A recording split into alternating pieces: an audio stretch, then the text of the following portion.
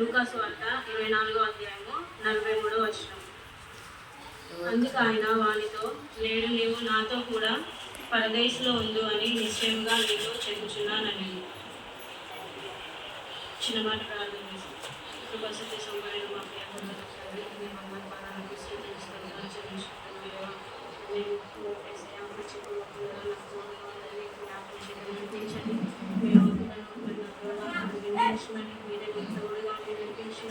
విభాగాలను పట్టుకుంటున్నాయి. శిలలో మీ ప్రాణాన్ని బలిగా అర్పించిన దేవా, మరి మేము ఏసయ్యా మీ దగ్గర రాజ్యంలో ఉండాలని మరి మా కొరకు మీరు ఎంతగానో త్యాగం చేసిన దేవా, దేవా మరి మీరే తోడుగా ఉండండి. కనిపించిన వేడుకలు తీసుకున్నాము స్థుతించి ప్రార్థించి అడిగి పొందినాను తండ్రి.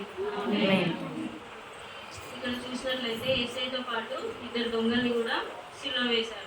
ఆ ఇద్దరు దొంగల్లో ఒక దొంగ, ఫస్ట్ దొంగ ఏమంటాడంటే, నువ్వు దేవుడు అయితే నువ్వు దేవుడు అని చెప్తున్నావు కదా, నిన్ను నువ్వు రక్షించుకొని నన్ను కూడా రక్షించు అని చెప్తాడు. ఎవరు? మొదటి దొంగ. కానీ రెండో దొంగ అయితే ఏసైని ఏమంటాడు, నీవు నాతో ఏసైతో ఏమంటాడంటే 41వ వచనం చూడండి, మనకైతే ఇది న్యాయమే, మనము చేసిన వాటికి తగిన ఫలము పొందుచున్నాము కానీ ఈయన ఏ తప్పిదమును చేయలేదని చెప్పి ఆయనను చూచి, యేసు నీవు నీ రాజ్యంలోనికి వచ్చినప్పుడు నన్ను జ్ఞాపకం చేసుకోమనేను. అందుకు ఆయన వానితో, నేడు నీవు నాతో కూడా పరదేశంలో ఉండు అని నిశ్చయముగా నీతో చెప్పుచున్నానని. ఈ రెండవ దొంగ ఏం చేస్తున్నాడంటే తనను చెప్తా ఉన్నాడు, ఏంటి ఇది మనకి న్యాయమే, ఏంటి శిక్ష, శిలో వేయడం మనకి ఇది కరెక్ట్. ఎందుకంటే మనం ఎన్నో దొంగతనాలు కానీ పాపాలు కానీ తప్పులు చేసినాం కాబట్టి మనకు ఈ శిక్ష కరెక్టే. కానీ ఈయన ఏ తప్పు చేయలేదని గ్రహించాడు. ఫస్ట్ అయితే మత్తయి సువార్త 27వ అధ్యాయము 44వ వచనం.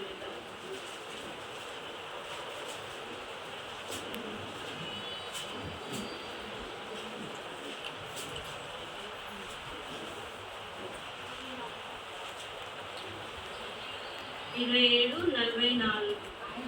ఆయనతో కూడా సిలువ వేయబడిన బందిపోటు దొంగలను అలాగే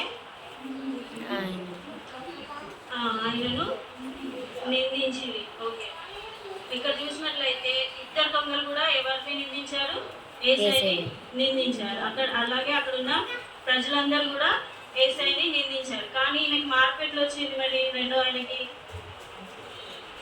ఫస్ట్ మాట దేవుడు పలుకుతాడు కదా, ఏమని? వీడిని క్షమించండి అని పలుకుతాడు. అప్పుడు రెండో దొంగలకి ఏమొస్తుందంటే మారు మనసు అనేది వస్తుంది. ఎందుకు? ఈయన ఇంతగనము హింసిస్తున్నా, ఇంతగనము కొరడాలతో కొడుతున్నా, ముళ్ళ కిరటం పెట్టినా, ఎంత చేసినా కానీ దేవుడు ఏమన్నాడు? వీళ్ళని క్షమించండి అని చెప్పాడు. సో ఈయన నిజంగా దేవుడే, ఈయనకి అన్యాయము అని చెప్పి ఆయన ఏమన్నాడు? నీవు నాతో కూడా ఉన్నకంటే దేవునితో ఏమంటాడు? నన్ను జ్ఞాపకం చేసుకో అని చెప్తాడు. అప్పుడు దేవుడు ఏమని వాగ్దానం ఇస్తాడు? తప్పకుండా నీవు నాతోని పరదేశంలో ఉంటావని వాగ్దానం ఇచ్చేది. మరి దొంగ మారు మనసు పొందిందా అంటే ఫస్ట్ ఏంటైంది? రెండో దొంగలో మారు మనసు అనేది వచ్చింది. అలాగే సెకండ్, ఈయన దేవుడు అని ఒప్పుకున్నాడు. దేవుడు అని ఒప్పుకొని ఆయన గొప్పతనాన్ని తెలుసుకొని తను ఏం చేశాడు? మారు మనసు కలిగి దేవుడితోని అలా చెప్పినప్పుడు తను నిశ్చయంగా పరలోకంలో ఉంటానని దేవుడు కూడా చెప్పాడు. అలాగే మనం కూడా, అంటే దేవుడు ఇక్కడ దొంగ ద్వారా మనకి ఏం తెలియజేస్తున్నాడంటే, ఈ దొంగ మనకి ఏం నేర్పిస్తున్నాడంటే, మనం కూడా ఎన్నో సంవత్సరాలుగా వాక్యాలు వింటున్నాం, దేవుడి గురించి వింటున్నాం, దేవుని ఆజ్ఞలు ఏంటి అనేది కూడా మనకి తెలుసు. వాటన్నిటిని మనం పాటిస్తున్నాం అనేది ఒకసారి మనము నేనైనా కానీ మీరైనా కానీ పరీక్షించుకొని దేవుడు సిలువలో మరణించినందుకు మనందరం పరలోక రాజ్యం చేరాలనే కదా. కాబట్టి ఆయన ఉద్దేశాన్ని, ఆయన చిత్తాన్ని మనం నెరవేర్చినప్పుడు మనం కూడా ఎక్కడ ఉంటాము? పరలోక రాజ్యంలో ఉంటాం. దేవుడు దాన్ని అంత శ్రమపడ్డ దానికి దేవునికి మనము సంతోషపెట్టిన వారంగా ఉంటాం. కాబట్టి మనం కూడా ప్రతి విషయంలో మనకు తెలుసు మనం ఏం తప్పులు చేస్తున్నామని. ఒకవేళ దేవుడు మన తప్పులను ఎత్తి చూపితే మన పరిస్థితి ఏముంటుంది? ఒక్కరోజు అంటే ఇప్పుడు దొంగ క్షమించమని అడిగినప్పుడు నన్ను జ్ఞాపకం చేసుకోమన్నప్పుడు దేవుడు నువ్వు ఇంతవరం పాపాలు చేసావు, నువ్వు ఇలా జీవించావు అని అన్నాడా? అనకుండా దేవుడు అతన్ని క్షమించి నాతో కూడా నువ్వు ఉంటావని తనతో చెప్పినాడు. అట్లనే మనం కూడా, అంటే ఒకవేళ దేవుడు మనం చేసే పాపాలన్నీ రోజుకి ఎప్పటికప్పుడు మనకు అంటే అందరికి తెలిసేటట్టు చేస్తే ఎట్లుంటుంది. సపోజ్ ఇప్పుడు ట్రాఫిక్ సిగ్నల్ దగ్గర రెడ్ లైట్ పడితే ఆగుతాం కదా, గ్రీన్ లైట్ పడితే వెళ్తాం. అట్లనే మనం తప్పు చేసినప్పుడు అంటే సపోజ్ ఊహించుకోండి అట్లా పెడితే ఎట్లా ఉంటుంది. తప్పు చేసినప్పుడు రెడ్ లైట్ పెడితే ఎట్లుంటుంది అంటే అందరికీ తెలిసిపోతుంది. అంటే అది రూల్, అంటే తప్పు చేస్తే రెడ్ లైట్ ఉంటుంది అంటే తెలిసిపోతుంది అనుకో. మనం ఏం ఆలోచించినా, మనం ఏం పనులు చేసినా ఇతరులకు తెలిసిపోతుందా తెలుసుకోదా.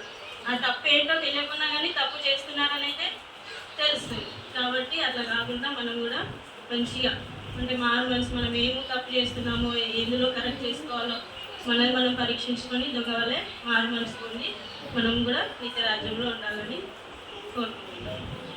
ఒక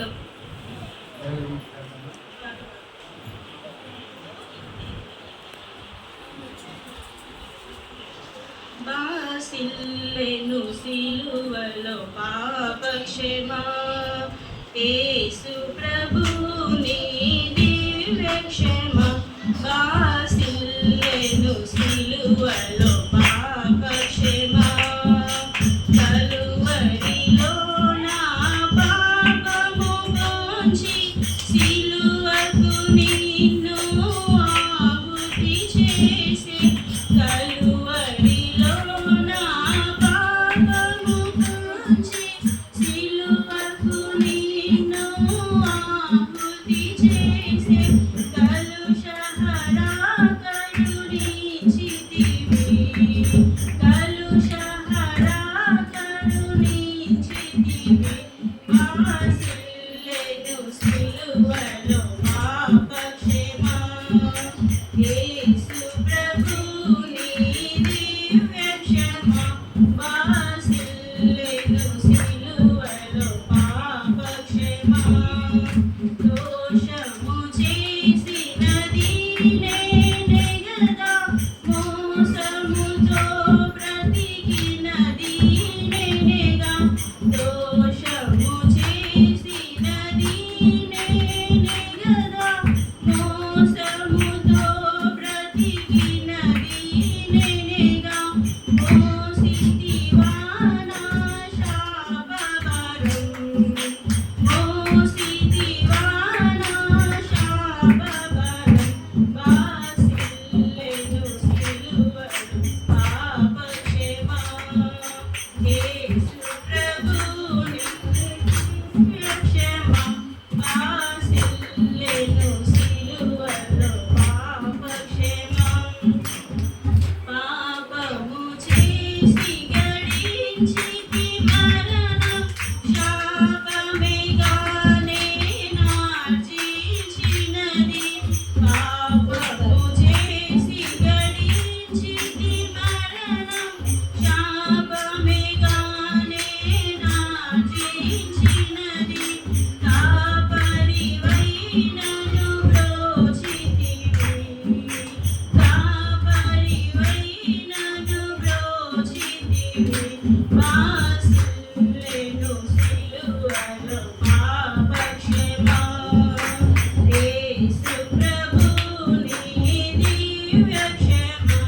బాసిల్లెను